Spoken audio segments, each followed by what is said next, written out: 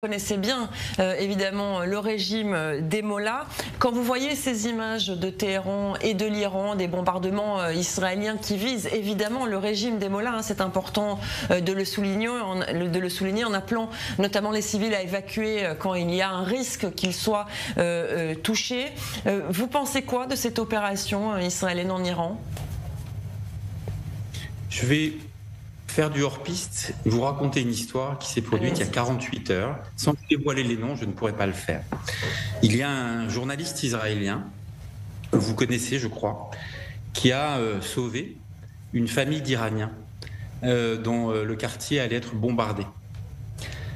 Je veux dire par là que Iraniens et Israéliens sont ensemble face à un ennemi qui s'appelle la République islamique d'Iran, dont je rappelle qu'elle a été créée en 1979 par l'Ayatollah Khomeini, qui avait été inspirée par les frères musulmans égyptiens, puisqu'ils faisaient partie de l'organisation des Fédérines et Islam, qui était la branche chiite des frères musulmans égyptiens.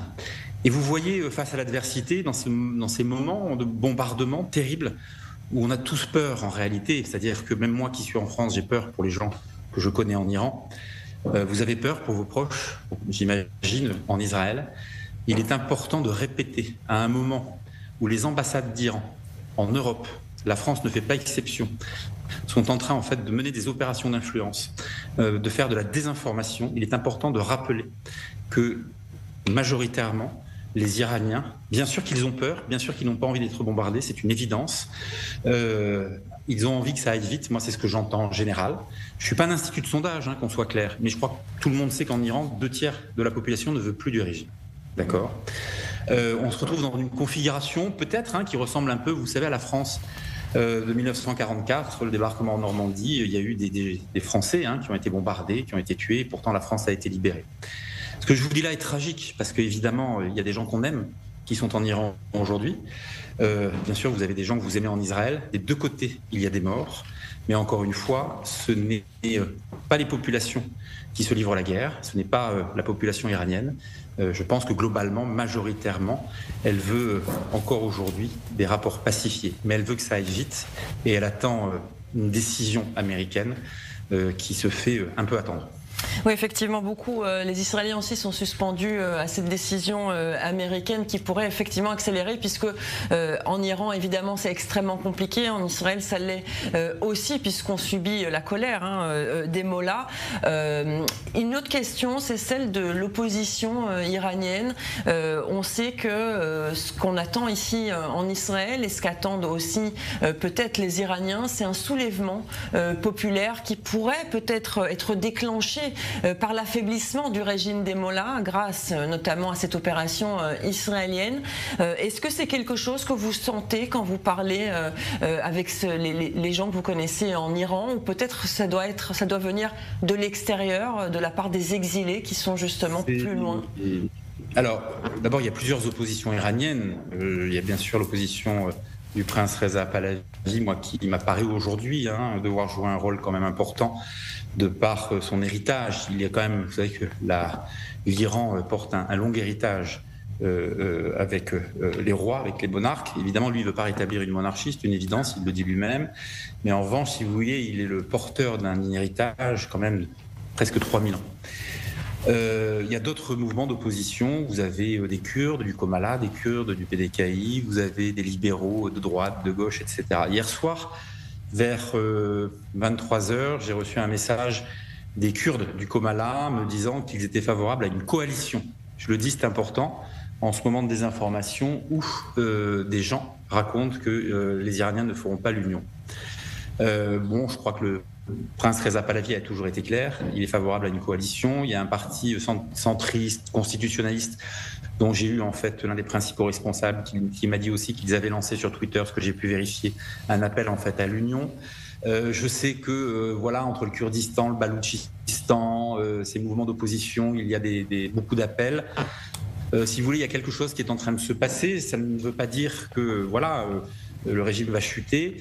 Les Iraniens descendre dans la rue. Écoutez, ce matin, j'ai adressé en fait par Twitter un message au président de la République française Emmanuel Macron avec beaucoup de respect, mais en lui rappelant que la dernière fois que le peuple iranien s'était soulevé seul, était descendu seul dans la rue, vous savez, c'est au moment de la révolution Femmes, Vie, Liberté, il y a eu des milliers de gens qui ont été, tués, arrêtés, exécutés. À un moment donné, il faut des soutiens extérieurs, il faut un soutien évidemment, je crois, américain. Ça ne veut pas dire que les Américains vont mettre une Rangers ou une Desert Boots, si vous voulez, sur le sol iranien, mais il faut créer les conditions pour que les gens descendent dans la rue, c'est important. Voilà, moi j'aurais aimé que la France, par exemple, à travers la voix de son président, Emmanuel Macron, dise aux Iraniens, au peuple iranien, qu'il les soutenait de façon extrêmement claire et qu'il allait faire partie de l'équation. Bon, visiblement, ce n'était pas en tout cas son envie hier soir. Peut-être cela arrivera-t-il. Écoutez, on peut toujours espérer. Voilà, ça ne peut pas marcher tout seul. Les Iraniens ne sont pas armés, je ne vous apprends rien. Il faut qu'à un moment donné, voilà, il y ait des conditions qui soient créées.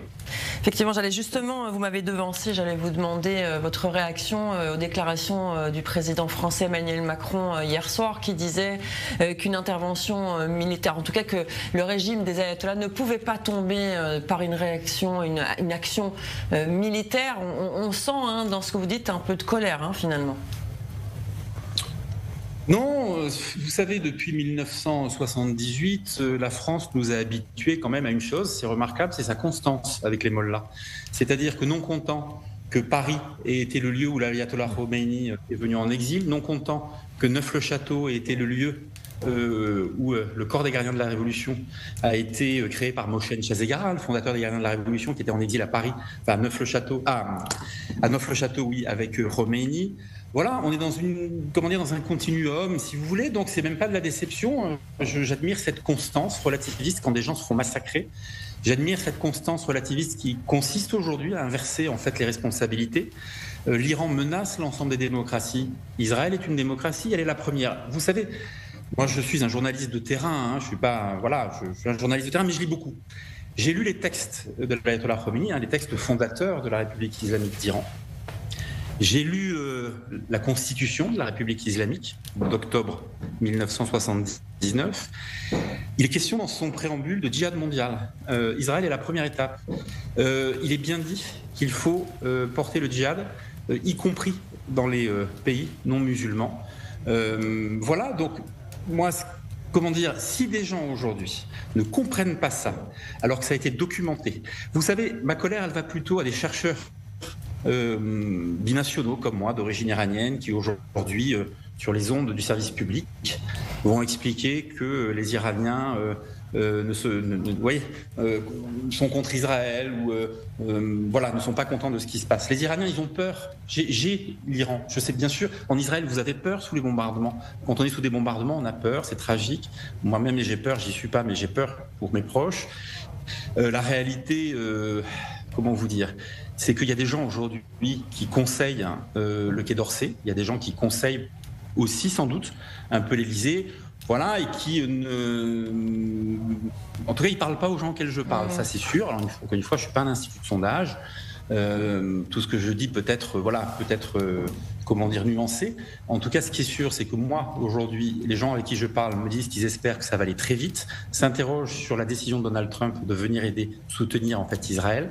Ce serait pas mal que la plus grande démocratie du monde vienne soutenir la première démocratie du Moyen-Orient, du Proche et du Moyen-Orient, me semble-t-il. Moi, je suis très attaché à la démocratie, voyez-vous.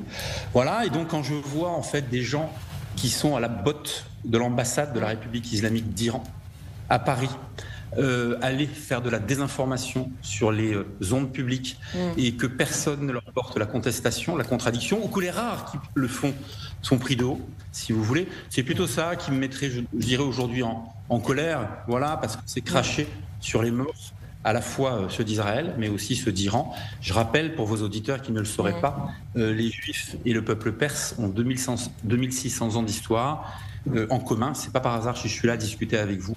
En fait, ce soir, il semblerait qu'à l'Élysée, on ne sache pas cela. Merci en tout cas Emmanuel Razavi, c'est toujours un plaisir de vous avoir sur les ondes en espérant que la prochaine fois qu'on se parle, les bombardements seront terminés des deux côtés. Merci beaucoup. Nous souhaitons tous, merci à vous.